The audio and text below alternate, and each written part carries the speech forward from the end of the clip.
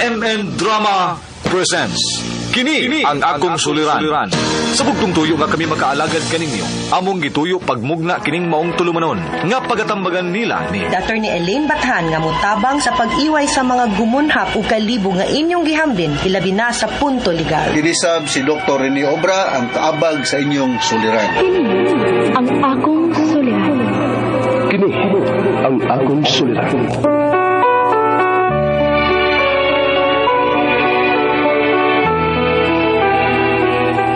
Sa atong pagkaymugso ng kalibutan, gikaluhaan at ang daan sa atong suliran. Ang suliran mo'y kabahin sa itong inadlang panginabuhian. Aba na doon ay suliran nga dili mo mapasan nga ikaw ra. Nagkinahanglan kag katabang aron sa pagsulbad ni ini. Nagkinahanglan kag kahayag na mo'y mulamdag si mong unahuna. Ug tungod ni ini, natawag kini nga atong tulumanon nga naguluhan. Kini ang akong suliran. Kini ang akong suliran. Mga minubong duwa nga matapos lang sa usa ka hugna. Mga kinutlog gikan sa mga suwat sa mga minahal namong tigpaminaw. Busa kung aduna kamoy suliran nga naggumon karon sa inyong galamhan, suwata ka na ug ipadala ning atong tulumanon. Kini ang akong suliran. Aron kabuhatan ka na og duwa sa kahanginan ug pagatambagan sa mga bulawan ng hunahuna. Kini ang akong suliran. Kini ang akong suliran. Sinumuat ni Teresa Tirul Soria, ubos sa direksyon ni Ingrid Miss Iver Tudaso. Dalit kaninyo sa RMN Drama.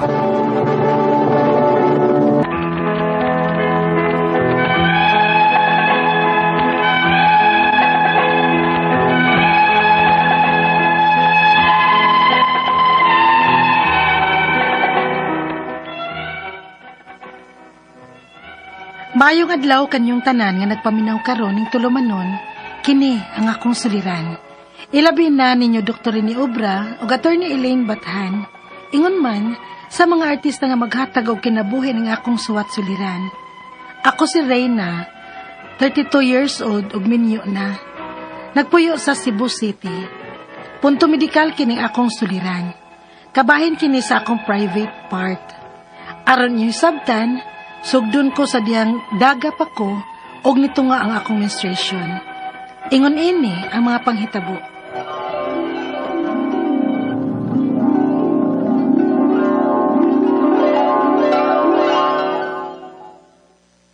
Day, recess naman nato.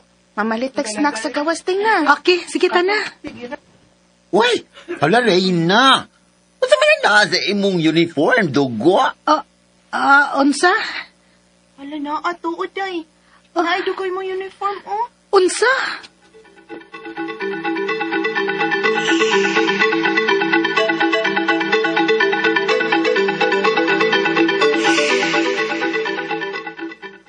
Ay, di ka ang mauwaw. Uy, kay natural lang nas usa ka babay. Buti pasabot nga daga ka na kung naana na nimo. Mao ba, ma? Og unya kay daga ka naman, basin bayag wa lang gihapon kay buot, ha? Ma.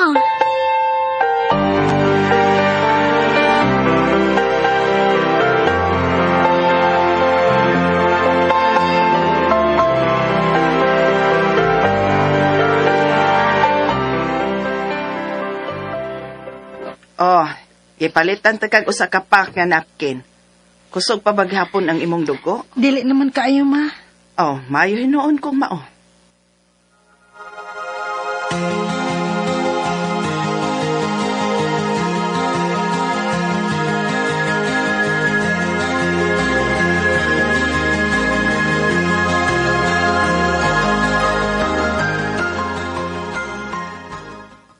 Day, sugad lang nga nag-mens na ka ba? Kay naunod-unod na gyud ka, no? Daot ba yung takay ka? Maulagi. Mosad bitaw na isulti sa akong mama, day. Unsaon kung hapit na gud nako. Digyan na ko kapugan akong cravings ay. Magsige lang kung kaon-kaon, bisag unsa lang. Mao sa di ay.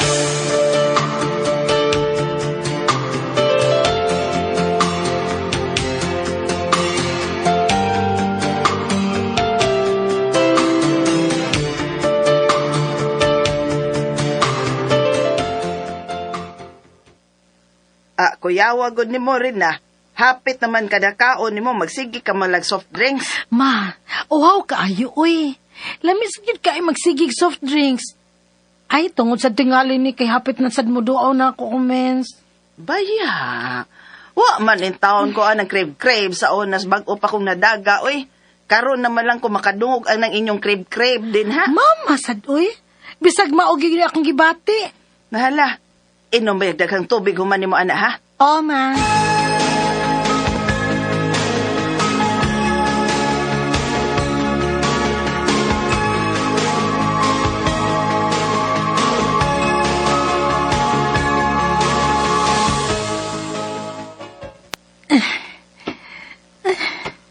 Kakatul pa sa akong private part, uy. Pwede na. Naunsa ka, good. Lain ba ni mong tanawon ding nagsigi kag pangilkil, ana, oy? Ma, katul kaayo, uy. Magsiar dito, oy. Lain kay kang tanawon diha, da. Hugasin na niya, sabni na dito.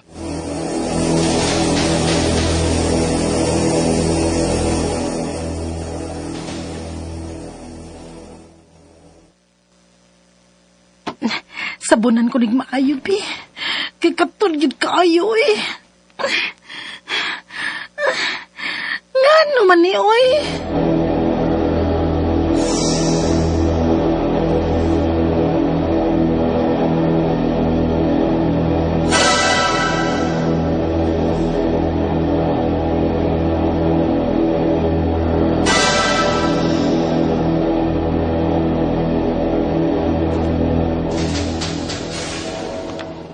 Day, nakasimot aron. Ha? Day na baho aron, uy, sa dayron. Amot dayo, eh. Wa ko kay baw.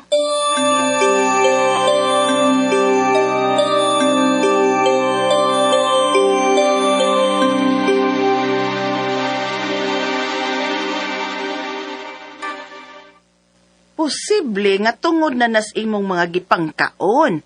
Napainiglaban ako sa imong mga underwear ay. Hapit tanan doon ay gisi. Mabitaw, ma. May buong gani ko nga mga gisi ako mga panty. Ay, ginoo ko. Pagit kay buot rin na. Uy, palitan na kag panty shield, ha? Pag sulob og panty shield kada adlaw, aron dili na magising imong underwear. O, ma.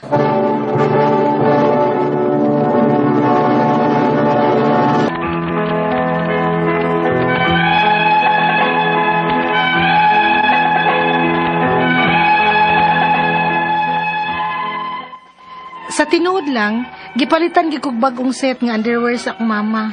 Kay halos tanan nangabuslot gyud tungod sa white nga discharge sa akong private part nga wa ko mahibaw kung unsa hinungdan. Kung acidic ba ko or unsa. Hinungdan nga kung dili pa ko duaon sa akong binuwan nga sakit. Magkadaadlaw na lang gyud ko og sulob og panty shield aron maoy magprotect sa akong mga underwear hangtod nga nidako ko og naminyo na lang nga naandad na gyud kog sulob og mga panty shield ug panty liners. Unya, kaptus. Kaptus, sa kilid sa akong private party, nagpangihi na ako. Hinahinayon ko lang ni sa pag-ihi, be. Ay, hapdos sa gyud.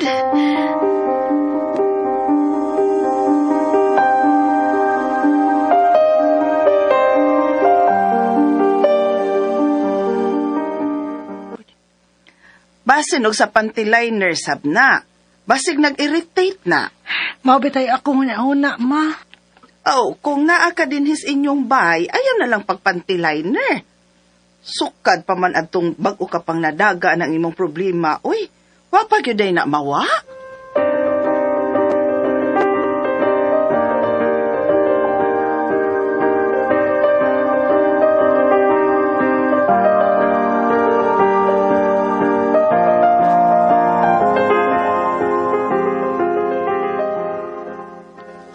Arang-arang na. Mas maayo nga dili lang una ko mag-underwear kundi ako din hisbay. Mag-shorts na ko dito kay dili man siya mga mag-irita. Dili pa rin sa ito ni aging simana. Grabe naman da ito kapua. Mong hapdos na kaayo inig pangihi na ako kay nag-irritate naman da ito.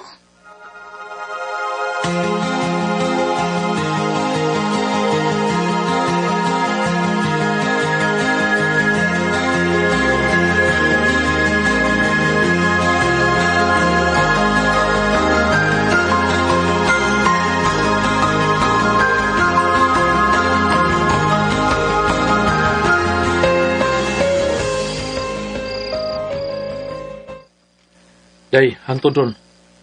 Wa pa magyapon tay anak. Magduha na ta katuig nga minyo, pero wag yapon ta makabuo. Mao lagi dong, oy. So, ayan na balik, be. Gimiyaw na sagay ko nimo. Dong. Day, Dong. day. Dong. Aray! Magani, gisakitan na ka. Sakit bitaw, dong, ay. Hinahinayon lang ako. Oh. Aray! Dong. Sakit siya kay, dong. Ayaw sa... Bibi, bisa na, bi. Ayaw na ako padayon, bi. Sakit mong gidoy. Agay. Sa?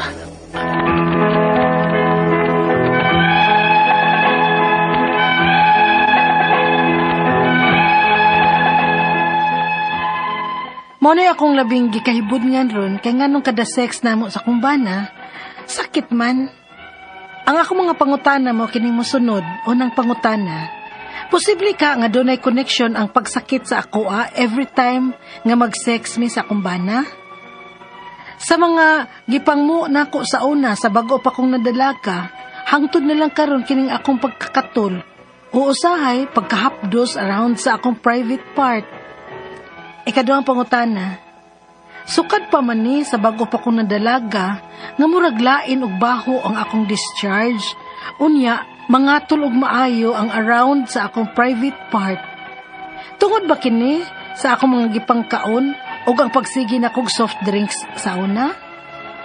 Ikatulong pangutana, unsa man ako pagkaibaw nga normal ang akong vaginal balance, unsa may kinahanglan na akong buhaton, o kung sa mga klase sa doktor ang angay na kong duulon, aron ma-check ni.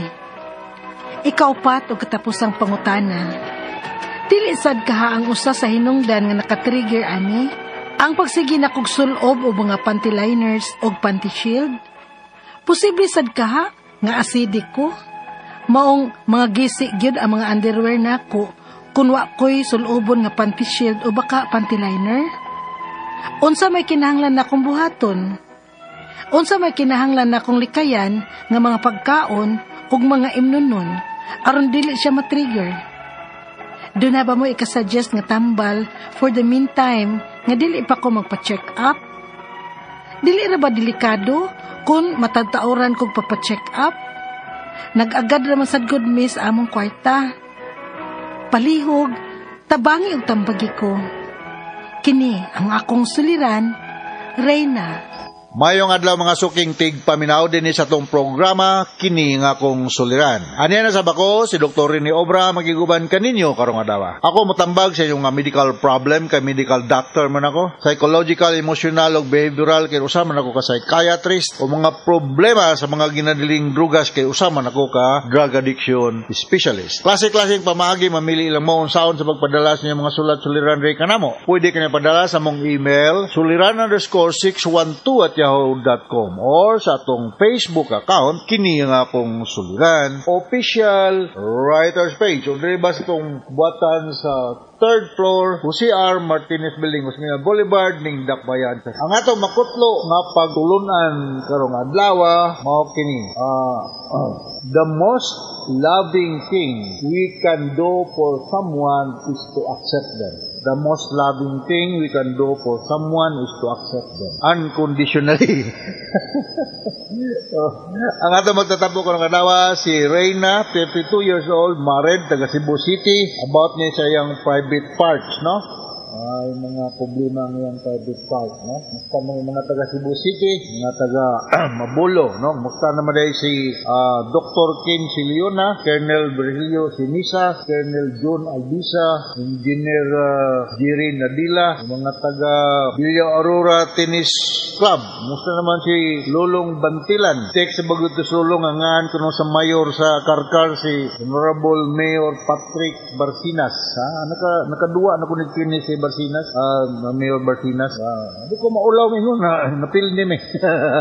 Musta naman mo diya sa Karkar Tennis Club, no? Mga tanan ng mga tennis players, si Sano, si ito man na, si Lito, Tinipre, bago lang itong nag-text na ko. Si Sibong, ha? Rangkol, musta naman ka Rangkol? Asa naman kayo butas? Ginoo ka ron Rangkol, anong kapakita? Alright, so going back to our sender, si Reyna, punto medical. Bigay ni po kay mangatol ko ng iyang private part. Katol-katol, panghapdos ang iyang private part. Every time mag-sex ko na siya sa iyang part. Okay? So, dako akong pagtuorain nga na kay infection going on, no?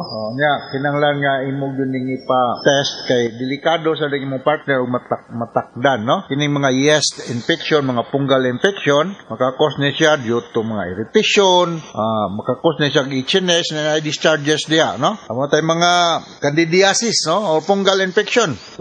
Matambalan naman siya through massive dose of antibiotic, na amoxicillin, penicillin, sa pamandihang mga antibiotic nga mga amoxicillin, mo na akong ipang bisita sa una, lifloxin na mga amoxicillin, makuan na ni siya. Kung fungal, anti-fungal nga tambal, no? Nga may mga cream diya, no?